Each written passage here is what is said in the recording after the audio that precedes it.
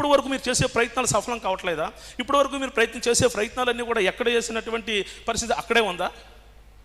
ఒకసారి ఆలోచించండి. ఏదైతే మీరు దేవునికన్నా ఎక్కువగా ఇష్టపడుతున్నారో, ఏదైతే దేవునికన్నా ఎక్కువగా మీరు ఆరాధిస్తున్నారో దాన్ని విడిచిపెట్టడానికి ప్రయత్నం చేసి చూడండి.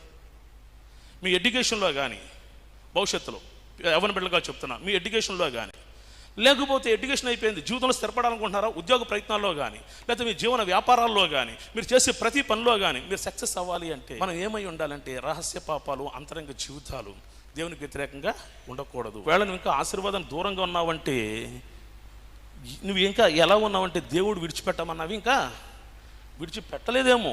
నువ్వు విడిచిపెట్టకుండా దేవుని యొక్క ఆశీర్వాదం మన జీవితంలో ఎలా ప్రారంభమవుతుంది ఆలోచన చేయండి. ఆ ఒకరోజుకే సంతోషపడతారా? జీవితకాలం సంతోషం సమాధానం అవసరం లేదా మన జీవితాల్లో? మరి చెప్పక్కలా నువ్వు ఇది విడిచిపెట్టాను మన హృదయంగా మనకు తెలుసు, మనం చేసేది ఏంటో మనకి తెలుస్తుంది.